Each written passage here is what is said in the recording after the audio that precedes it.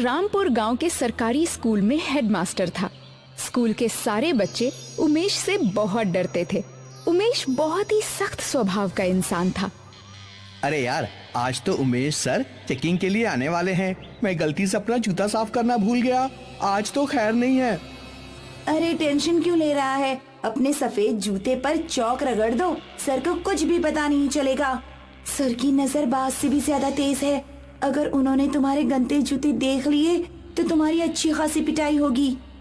कैसी दोस्त हो तुम, मेरा टेंशन कम करने की बजाय बढ़ा रही हो। सोनू सर के आने से पहले अपने सफेद जूतों में चौक घसने लगता है। तभी उमेश सर क्लास में पहुंच जाते हैं और सोनू को जूते में चौक रगड़ते हुए देख लेते हैं। सोनू सर को देखकर डर जाता है और चौक अपने पीछे छिपा लेता है। ये क्या हो रहा है? तुम्हें घर में जूते साफ करने का वक्त नहीं मिलता, जो स्कूल में आकर जूते में चौक रगड़ रहे हो। सॉरी सर, गलती हो गई। अगली बार ऐसा नहीं होगा। मैं ऐसा मौका होने ही नहीं दूंगा। तुम्हारी सजा ये है, स्कूल खत्म होने के बाद स्कूल की आंगन की तुम सफाई करोगे। माफ कर दीजिए सर। फिर से अगर तुमने ऐसी गलती की तो तुमको स्कूल की वॉशरूम साफ करना पड़ेगा। उमेश सर क्लास में आकर सभी की कॉपी चेक करने लगते हैं। रिया की कॉपी में कवर नहीं लगा हुआ था। ये क्या है? तुम्हारी कॉपी में कवर क्यों नहीं लगा हुआ है? सॉरी सर, ये मेरी नई कॉपी है। मैं अगली बार इसमें कवर चढ़ा लूंगी। जाकर पीछे वाली बेंच पर हाथ खड़े कर कर खड़े हो जाओ, और अगली बार ऐसी गलती की तो तुम्हें क्लास से बाहर कर दूंगा।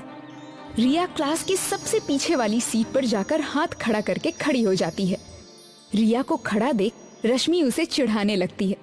तभी उमेश सर की नजर रश्मि पर चली जाती है। बहुत हंसी आ रही है तुम्हें। जाओ, तुम भी साथ में जाकर खड़े हो जाओ। पूरी कक्षा तुम दोनों खड़े खड़े पढ़ाई करोगे। सॉरी सर, इस बार माफ कर दीजिए सर। No sorry. रश्मि भी रिया के साथ जाकर पीछे कान पकड़कर खड़ी हो जाती है। दोनों पूरा दिन खड़े खड़े ही क्लास अटेंड करती हैं। छुट्टी के बाद सोनू स्कूल की आंगन की सफाई करने के बाद घर जाने लगता है।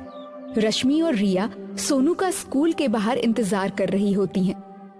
मैं तो थक गया। आंगन साफ करने में मेरा पूरा दम निकल गया। ये उमेश सर के कठोर स्वभाव की वजह से आज तक इनकी शादी नहीं हुई है। हाँ, सही कहा तुमने। हमेशा बच्चों के ऊपर चिल्लाते रहते हैं और हमें सजा देते रहते हैं। अगले दिन क्लास में एक नई टीचर आती हैं। वो देखने में बहुत ही सुंदर और कोमल स्वभाव की होती हैं। Good morning teacher. Good morning बच्चों। सभी कोई अपनी सीट पर बैठ जाएं। मुझे आप लोगों से मिलकर बहुत अच्छा लगा। उमा मैडम बहुत अच्छे से बच्चों से बात करती हैं और बहुत प्यार से बच्चों को समझाती हैं। बच्चों को उमा मैडम का पढ़ाया गया सारा सिलेबस फटाफट याद हो जाता था। एक दिन उमा मैडम अपनी क्लास ले रही थी और तभी उमेश सर क्लास में आ जाते हैं। उमेश सर को देखकर सारे बच्चे डर जाते हैं और सीधे बैठ जाते हैं। मैं देख रहा हूँ आजकल तुम लोगों की क्लास में बहुत शोर आने लगा है। अगर आगे से ऐसा ही शोर आता रहा तो मैं पूरे क्लास को दिन भर धूप में खड़ा रखूंगा। सर, आखिर तो ये बच्चे हैं। ये शरारत नहीं करेंगे तो कौन करेगा? और मस्ती से पढ़ने में ही तो बच्चे अच्छे से सीख पाते हैं। हाँ मैडम, आप बिल्कुल सही कह रही हैं। मैं भी हमेशा बच्चों को प्यार से ही समझाता हूँ। बच्चे उमेश सर की बात सुनकर हैरान थे। दरअसल उमेश सर उमा मैडम को मन ही मन पसंद करने लगे थे, इसीलिए उनकी हाँ में हाँ मिला रहे थे। एक दिन सोनू और रिया को स्कूल आने में देर हो गई। उमेश सर दोनों को लेट देखकर गुस्सा करने लगते हैं और दोनों की छड़ी से पिटाई करने लगते हैं। ये कोई वक्त है स्कूल का? तुम दोनों बहुत बिगड़ गए हो, ऐसे नहीं मानोगे। सर, वो बीच रास्ते में हमारी साइकिल पंचर हो गई थी, इसलिए आने में देर हो गई। हाँ सर, सोनू सच कह रहा है। तुम्हें घर से पहले निकलना चाहिए था। इस बात की सजा तो तुम दोनों को जरूर मिलेगी। उमेश सर सोनू और रिया के हाथ में छड़ी मारने लगते हैं। तभी उमा मैडम आ जाती हैं। अरे सर, आप इन मासूम बच्चों को क्यों मार रहे हैं? बच्चे हैं, कभी आने में देर हो जाती है। अगर बार बार ऐसा करें तो फिर हमें एक्शन लेना चाहिए। आज पहली बार हमें इतनी देर हुई है। कोई बात नहीं बच्चों, जाओ जाकर पढ़ाई करो। उमेश सर उमा मैडम की बात मानकर सभी बच्चों को क्लास में जाने देते हैं। धीरे धीरे उमेश सर का स्वभाव भी उमा मैडम की तरह कोमल होने लगता है। अरे यार, हमारे उमेश सर तो बिल्कुल बदल गए हैं। हाँ, सही कहा तुमने। पहले हम पर कितना गुस्सा करते थे, हमें कठोर से कठोर सजा देते थे, लेकिन अब उमा मैडम के आने के बाद वो बिल्कुल कोमल स्वभाव के हो गए हैं। एक दिन सोनू अपना होमवर्क करना भूल जाता है। उमेश सर सभी का होमवर्क चेक कर रहे होते हैं। तुम बच्चे कुछ ज्यादा ही बिगड़ते जा रहे हो। आज होमवर्क नहीं किया, कल स्कूल आना छोड़ दोगे। नहीं सर, कल मेरी तबीयत ठीक नहीं थी, इसलिए मैं होमवर्क नहीं कर पाया। तुम्हें इस बात की सजा जरूर मिलेगी।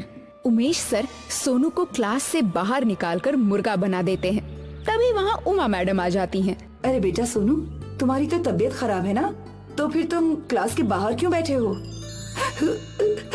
मैडम, तबीयत खराब होने की वजह से मैं होमवर्क नहीं कर पाया। उमेश सर ने मुझे क्लास से निकाल मुर्गा बना दिया है। तुम मेरे साथ क्लास के अंदर चलो। उमा मैडम क्लास में जाकर उमेश सर को समझाती हैं। सोनू ने मुझे कल फोन पर बता दिया था कि उसकी तबीयत ठीक नहीं है। आपके सख्त स्वभाव की वजह से आज इसकी तबीयत ज्यादा बिगड़ सकती थी। मैं तो बस बच्चों में अनुशासन लाना चाहता हूँ। बच्चों को प्यार से भी समझाया जाता है। अगर हम बच्चों को हमेशा डांट या मार कर समझाएंगे तो वो चिड़चिड़े हो जाएंगे और वो अपना गुस्सा कहीं और निकालेंगे। इसलिए हमें बच्चों से हमेशा प्यार से बात करनी चाहिए।